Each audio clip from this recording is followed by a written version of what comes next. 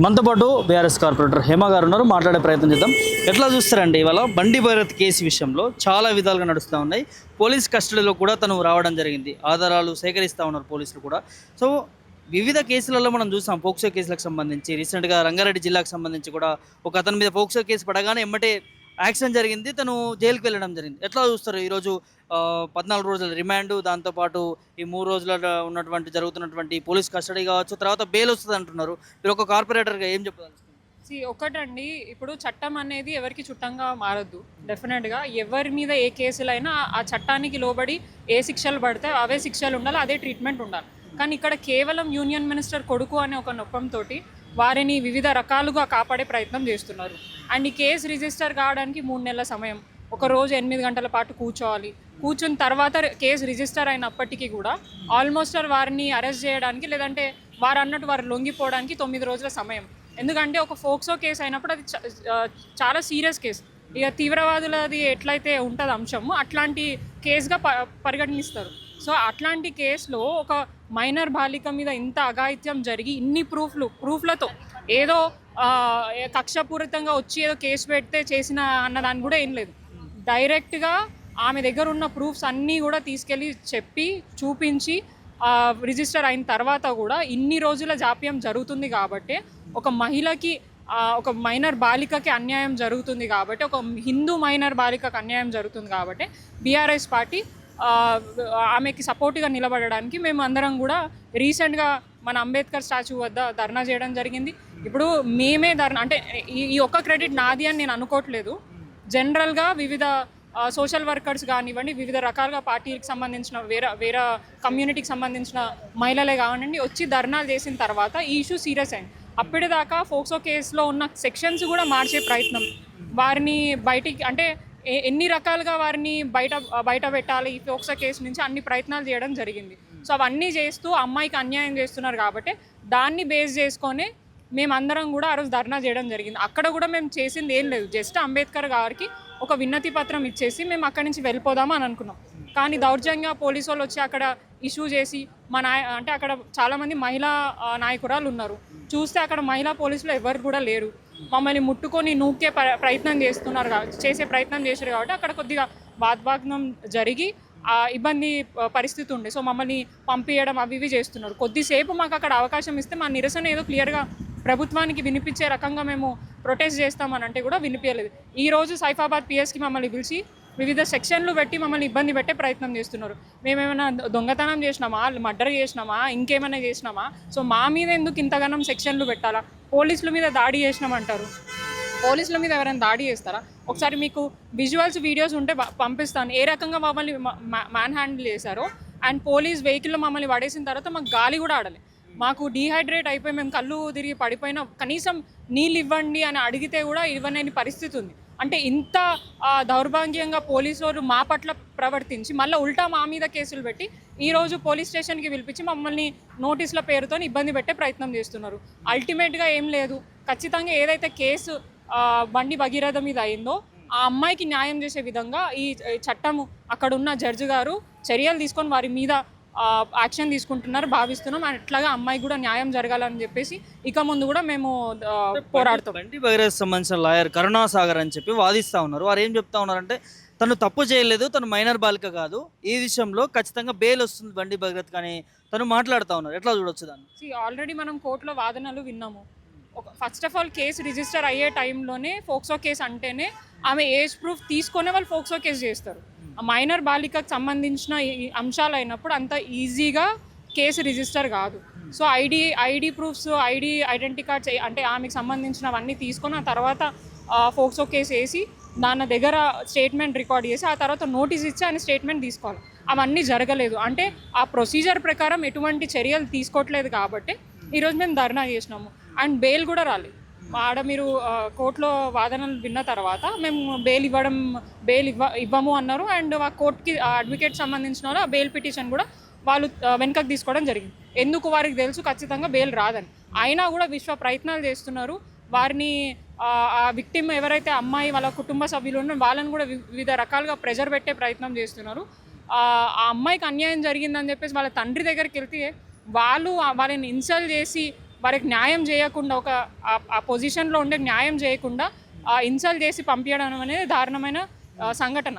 గతంలో ఇవే సంఘటనలు బీఆర్ఎస్ ఉన్నప్పుడు జరిగినప్పుడు కాంగ్రెస్ పార్టీ బీజేపీ వాళ్ళు ఇష్టారీతిగా ఫోక్సో కేసు గురించి మాట్లాడినారు. మరి ఇప్పుడు మీ ఇంట్లోనే జరిగింది, మరి ఇప్పుడు ఎందుకు మీరు ఏమంటారు బాధ్యత తీసుకుంటలేరు? అంటే బాధ్యత తీసుకోవడం పక్కకు పెట్టండి, కన్న కొడుకు తప్పు చేశాను నా పేరు దీనిలో వాడద్దు అని చెప్పుకునే దౌర్భాగ్య పరిస్థితి యూనియన్ మినిస్టర్ గారికి వచ్చింది. ఎందుకు సంబంధించి కూడా కేటీఆర్ పైన 10 కోట్ల పరునష్టం దావా బండి సంజయ్ వేశారు. తన పేరుకు కావచ్చు, తన ప్రతిభకి భంగం కలిగించే విధంగా, నష్టం కలిగించే విధంగా కేటీఆర్ సంబంధించినటువంటి సోషల్ మీడియా హ్యాండిల్లో తనకి వ్యతిరేకంగా పోస్టులు చేశారంటూ కూడా 10 కోట్ల పైన పరువు నష్టం దావా వేశారు. ఎట్లా చూస్తారు దీన్ని? నేను అదే అంటున్నా, ఇప్పుడు చేసేవన్నీ ఏమో తప్పుడు పనులు.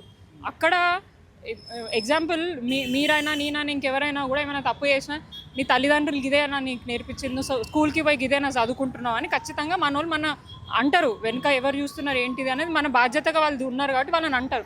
అదే ప్రయత్నంగా ఒక కొడుకుని బాధ్యత రీతంగా పెంచకుండా బయటికి వచ్చి పెద్ద పెద్ద స్పీచ్లు ఇచ్చి మాట్లాడడము, హిందుత్వం గురించి, క్యారెక్టర్ల గురించి నువ్వు మాట్లాడడం కాదు. ఫస్ట్ నీ ఇంట్లో నీ క్యారెక్టర్, నీ పెంపకం ఎట్లుందో చూసుకొని ఆ తర్వాత వేరే వాళ్ళ గురించి మాట్లాడితే బాగుంటుంది.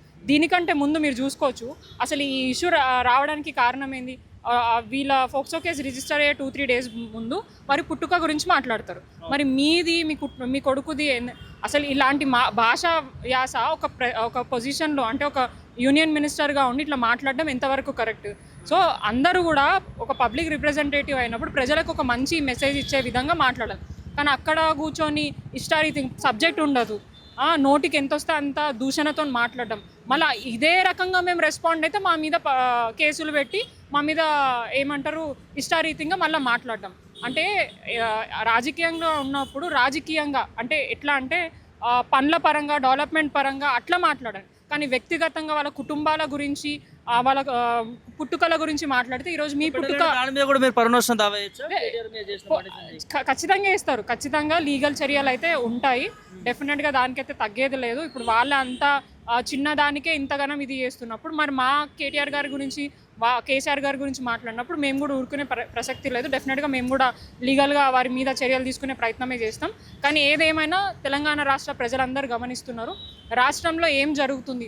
ఒక ఫోక్సో కేసు అయినప్పుడు నేను అంతెందుకండి అవి ఇవి చెప్పడం కంటే మా ఏరియాలో బీజేపీ పార్టీకి సంబంధించిన ఒక కార్యకర్త మీదనే ఫోక్సో కేసు అయింది, వారి మీద ఇమీడియట్ యాక్షన్ అయింది. మరి బీజేపీ పార్టీకి సంబంధించిన యూనియన్ మినిస్టర్ కొడుకు మీద ఎందుకు అంత జాప్యం జరుగుతుంది? ఇప్పుడు వాళ్ళు కూడా అనుకుంటారు కదా, అరే కార్యకర్తగా నాకే ఇంత అసలు దాంట్లో ఆయన ఆ కార్యకర్తకి అసలు ఆ కేసుకి సంబంధమే లేదు. ఎవరో పోతున్న వ్యక్తి వారి మీద కోపం మీద వారిని పెట్టి వారి ఇంటికి ఏదో వచ్చిందన్న నెపంతో ఆయన మీద కోపంతో కక్ష చర్యంపుల భాగంగా ఆయన మీద కేసు పెట్టిండ్రు. సో అన్యాయంగా ఇప్పుడు ఆయన కోట్ల చుట్టూ తిరగడం, కేసులు అవ్వడం అవన్నీ కూడా జరిగినాయి. కానీ ఈ అబ్బాయికి మాత్రం జరగట్లేదు. ఈ అమ్మాయి విషయంలో ఆ న్యాయం జరుగుతలేదు కాబట్టి రాష్ట్ర ప్రజలు గమనిస్తున్నారు. అండ్ ఇది ఒక్క అంశమే కాదు, రాష్ట్రంలో ఎన్ని అరాచకాలు జరుగుతున్నాయి మనం అందరం చూస్తున్నాం. దొంగతనాలు, రౌడీయిజము, మర్డర్లు, మానభంగాలు. అసలు పొద్దున అంటే ఒకప్పుడేమో రాత్రులు ఎవరు లేనప్పుడు ఇవన్నీ జరుగుతాయని అనుకున్నాం. అట్లా కాదు, 100 మంది ప్రజలున్నా ప్రజల మధ్యలో డే లైట్లో గన్నుల కల్చర్ ఒకటి పెరిగిపోయింది, కత్తుల కల్చర్ ఎక్కువ పెరిగిపోయింది. మీరు ఇప్పుడు ఎంతమందిని సర్చ్ చేసి అంతమందిలో 100 మందిలో 10-20 మంది దగ్గర ఖచ్చితంగా ఏదో ఒక ఆయుధాలు ఉంటాయి. అంటే ఆ కల్చర్ని పెంచే ప్రయత్నం కాంగ్రెస్ ప్రభుత్వం చేస్తూ అరాచకాలని, అక్రమాలని తెలంగాణలో పెంచి ప్రజల మధ్యలో ఏమంటారు డిస్టర్బెన్సెస్ క్రియేట్ చేసి ఇష్టం వచ్చినట్టు కొట్టుకోవాలా, మళ్ళీ ఆ కొట్టుకుంటే మేము మా పరిపాలన సాగిస్తామన్న విధంగా కూడా ప్రభుత్వాలు ఉన్నట్టు కనిపిస్తున్నాయి మాకు. ఇంకో అంశం, బాల్క సుమన్ సంబంధించి నిన్న రీసెంట్గా చేసిన వ్యాఖ్యలు తగలబెట్టాలి అని చెప్పి రైల్వే ట్రాక్ సంబంధించి కూడా తీసేయాలన్నట్టుగా కొంత దుహుత్సాకరంగా చేశారు వ్యాఖ్యలు. ఎట్లా చూస్తారు దానికి కాంగ్రెస్ పార్టీ వ్యతిరేకానికి? అసలు అన్న ఏం మాట్లాడినో నేను క్లియర్గా అయితే వినలేదు, చూడలేదు. బట్ న్యూస్లలో ఇట్లా అన్న ఏదో మాట్లాడిండ్రు అనేది అని చర్చ అయితే నడుస్తుంది. అని ఏ కంటెస్ట్లో అన్నారో దాన్ని ఏ రకంగా వాళ్ళు కూడా డిస్క్రైబ్ చేసే ప్రయత్నం చేస్తున్నారో మాకు ఐడియా లేదు. ఎవరైనా కూడా అట్లా చెయ్యరు. ఒకటేంటనంటే రైతులని ఇబ్బంది పెడుతున్నారు కాబట్టి ప్రభుత్వ దగ్గరికి వెళ్ళి ధర్నాలు చేయాలన్న ఉద్దేశంతో చెప్పి ఉండొచ్చు. కానీ ప్రభుత్వ కార్యాలయంలో అట్లాంటివి చేయాలి అనేది మాత్రం ఎప్పుడు కూడా మా నాయకులు చెయ్యరు. డెఫినెట్గా అక్కడ ఏదో మిస్అండర్స్టాండింగ్ అయ్యిందని నేను భావిస్తున్నాను. Thank you. అటు ఇది కార్పొరేటర్ హేమ మాట్లాడుతూ ఉన్నారు బండి భగీరథ్ కేసు విషయంలో. రీసెంట్గా అంబేద్కర్ స్టాచ్యూ దగ్గర చేసినటువంటి నిరసనకి ఇవాళ పోలీసులు కావాల్సుకునే బీఆర్ఎస్ పార్టీ నాయకురాల మీద కేసులు పెట్టడం జరిగింది. మేము పోలీసుల మీద అగెనిస్ట్గా వెళ్ళాము, వారి మీద దాడి చేసినట్టుగా ఆ కేసులకు సంబంధించినటువంటి దాంట్లో పేర్కొన్నారు.